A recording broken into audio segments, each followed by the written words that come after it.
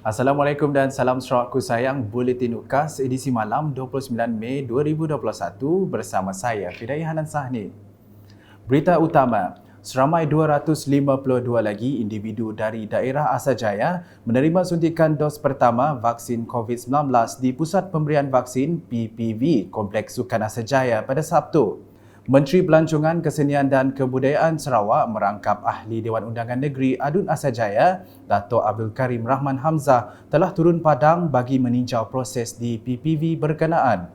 Tinjauan yang dilakukan mendapati proses pemberian vaksin COVID-19 di situ berjalan lancar dan teratur mengikut prosedur operasi standard SOP yang telah ditetapkan. Turut mengiringi beliau dalam tinjauan tersebut adalah Residen Bahagian Samarahan Brahim Lumpu dan Pegawai Daerah Asajaya Rais Ahmad.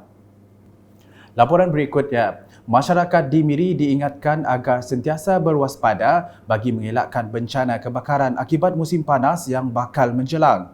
Ia susulan kejadian kebakaran yang berlaku membabitkan 2 buah rumah di Pujut Tanjung Batu dan Tudan Fasa 2 baru-baru ini. Perkara ini dimaklumkan Menteri Pengangkutan Sarawak yang juga Adun Senadin, Datuk Lee Kim Shin selepas menyerahkan bantuan Jabatan Kebajikan Masyarakat JKM bahagian Miri kepada 2 keluarga tersebut pada Jumaat.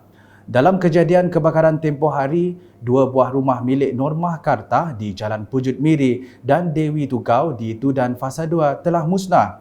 Mereka menerima bantuan sebanyak RM9,900 dan RM8,900 berbentuk wang saku, pakaian harian, pakaian sekolah, peralatan sekolah, kelengkapan tidur, peralatan dapur dan bahan binaan.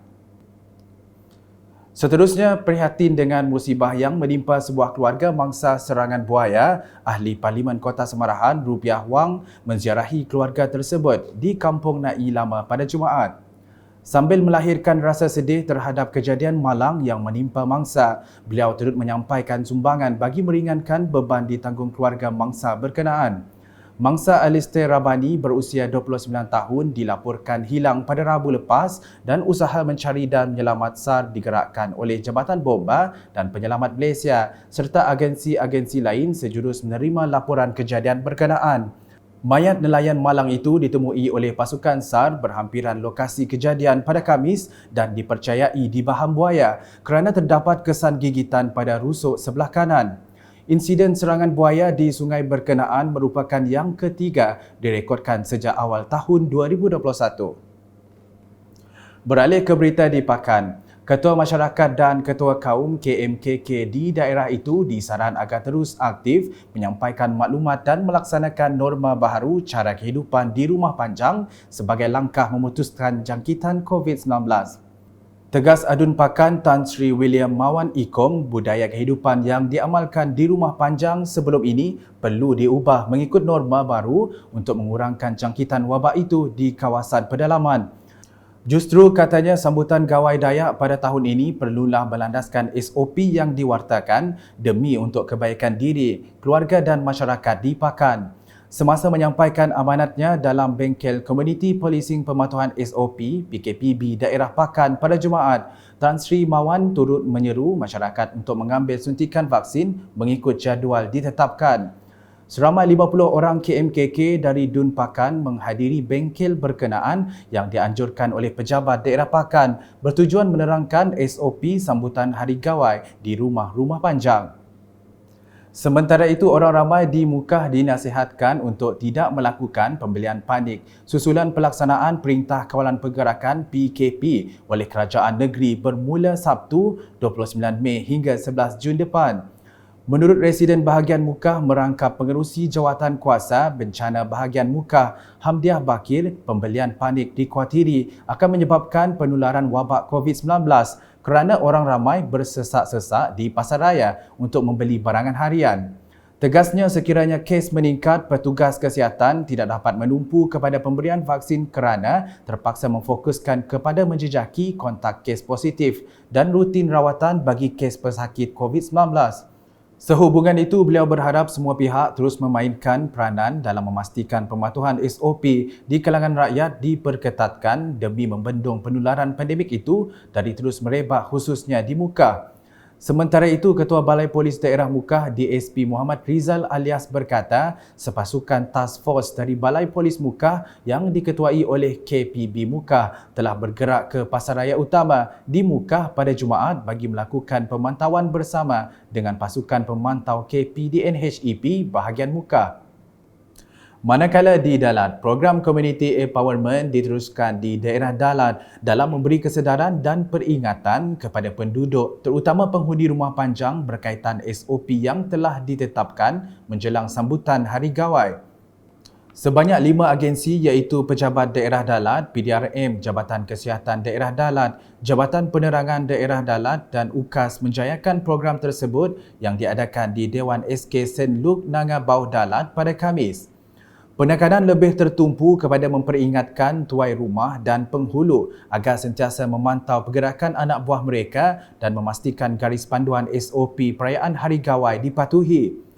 KMKK di kawasan itu juga digesa memainkan peranan memastikan penduduk rumah panjang mempraktikkan norma baharu dengan sentiasa menggunakan pelitup muka dan mengamalkan penjarakan sosial.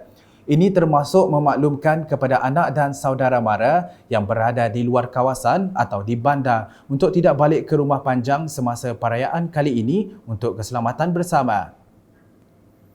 Selanjutnya, pengumuman Bantuan Khas Sarawakku Sayang BKSS 6.0 oleh Ketua Menteri Datuk Patinggi Dr. Abang Abdul Rahman Zohari Tun Datuk Abang Openg pada Jumaat amat memberi kelegaan kepada rakyat di negeri ini. Beberapa orang awam yang ditemui pada Sabtu menzahirkan rasa syukur dan gembira dengan bantuan tersebut yang sedikit sebanyak membantu meringankan beban mereka yang akan terkesan dengan PKP yang dilaksanakan dari 29 Mei hingga 11 Jun depan. Perasaan kami gembiralah sebab dapat meringankan beban untuk macam kami itu pihak bujangan dah.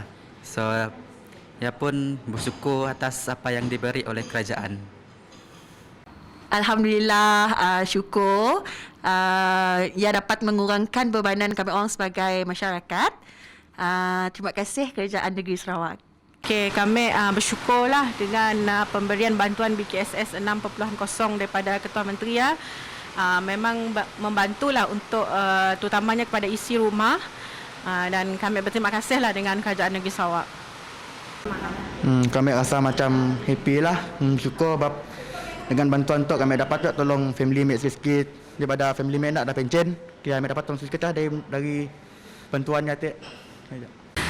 Kami rasa sangat bersyukur dan berterima kasih di atas bantuan yang diberi oleh bantuan BKSS yang diberi oleh Kerajaan Negeri itu.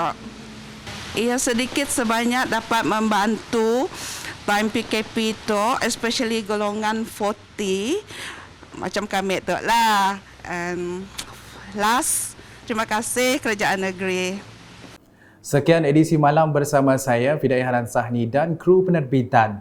Berita lebih lanjut boleh didapati di semua platform media sosial UKAS termasuk portal ukas.sarawak.gov.my dan pastikan anda subscribe UKAS channel di YouTube. Jadilah warga yang prihatin, elakkan jangkitan COVID-19, janganlah kita menjadi punca ahli keluarga, saudara mara dan sahabat handai dijangkiti COVID-19. Salam UKAS.